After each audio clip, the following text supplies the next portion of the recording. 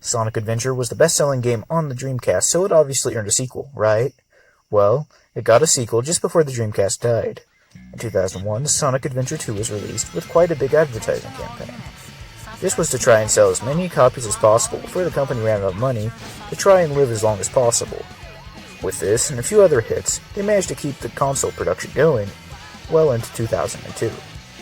So, needless to say, it was quite a good game. It introduces Shadow the Hedgehog and Rouge the Bat to the series, as well as grinding on rails. The rail grinding is due to Sega making a brand deal with a shoe company called Soap. When wearing soaps, you'll realize that there is a small metal plate in the sole of the shoe. This is used to grind down rails, so yeah, you can wear Sonic shoes in real life. Unfortunately, they are hard to come by and can be quite expensive. But enough about Sonic shoes. There's plenty more to talk about here.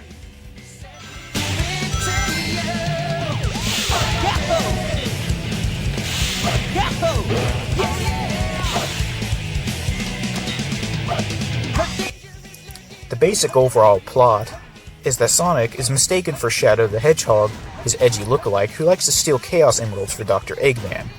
Rouge the Bat is also working with Eggman to get pieces of the Master Emerald from Knuckles the Echidna. Tails is also here to help Sonic and Knuckles fulfill their goals. Amy Rose also has many appearances but isn't playable to keep symmetry despite her being an important character in the game's storyline. All 6 playable characters are Sonic, Tails, Rouge, Knuckles, Eggman, and Shadow. These characters are split into 2 separate story groups, Hero and Dark. There are 3 types of gameplay composing the majority of the game: running, shooting, and hunting. The running stages are the same as Sonic's style of gameplay from the first Sonic Adventure. Movement is now slightly less rough than the first game, and performing a light-speed dash is now much faster. The rail grinding mechanic is in its infancy, so it controls a little rougher in some stages than others.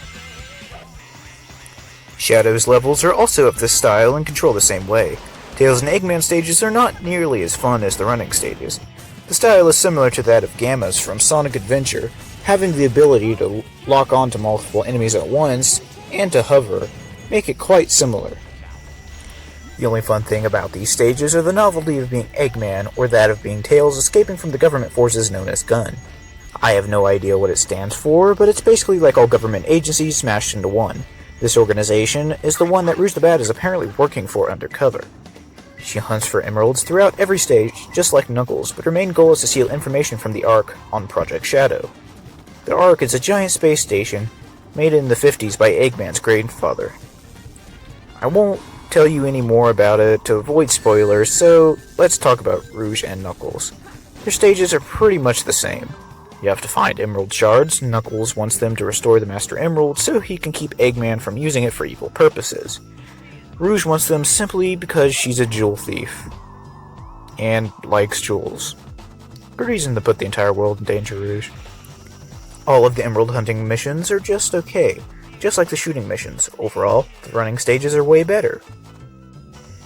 In addition to this, there's plenty of post-game content, some of which I never completed. Like the first game, your progress is measured in emblems, and stages have multiple tiers.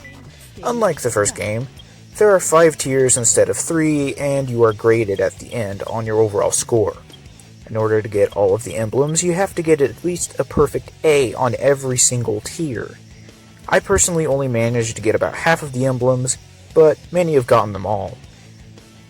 If you do get all of the emblems, you unlock a bonus stage, Green Hill Zone. Literally the stage in half of Sonic games is here.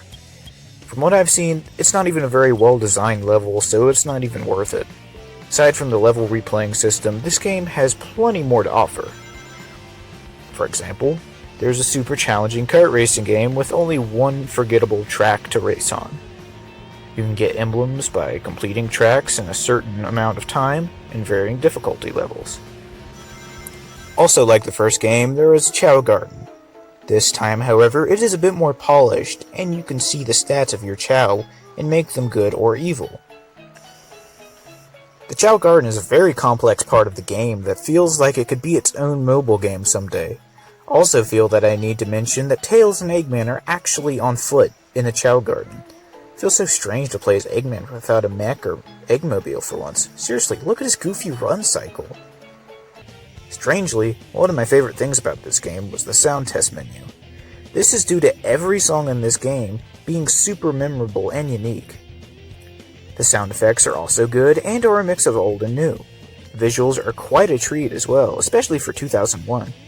Everything looks and controls a little smoother than the first game, but many levels in this are just too dull or too difficult to play more than once. Sonic and Shadow stages are generally pretty good, though the last 2 levels are super hard. Sonic Adventure 2 is a game that's more polished than its predecessor but lacks its level design. The first few Sonic and Shadow stages are amazing, but other than that, the main levels are rather dull. I also like this game's Chao Garden more than the first game. The controls and feeling of speed are also much better than the first Sonic Adventure. I give this game a 7 out of 10. If it wasn't for its development being a little rushed, this game could have been much better. These days in the Dreamcast aftermarket, you can get this game for about $25. It has been ported to other consoles, so you should probably buy this game as a digital download or a copy for the GameCube instead.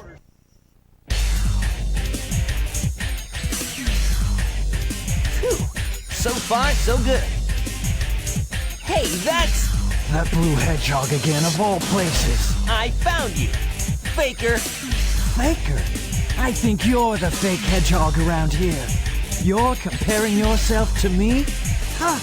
You're not even good enough to be my... I'll make you eat those words.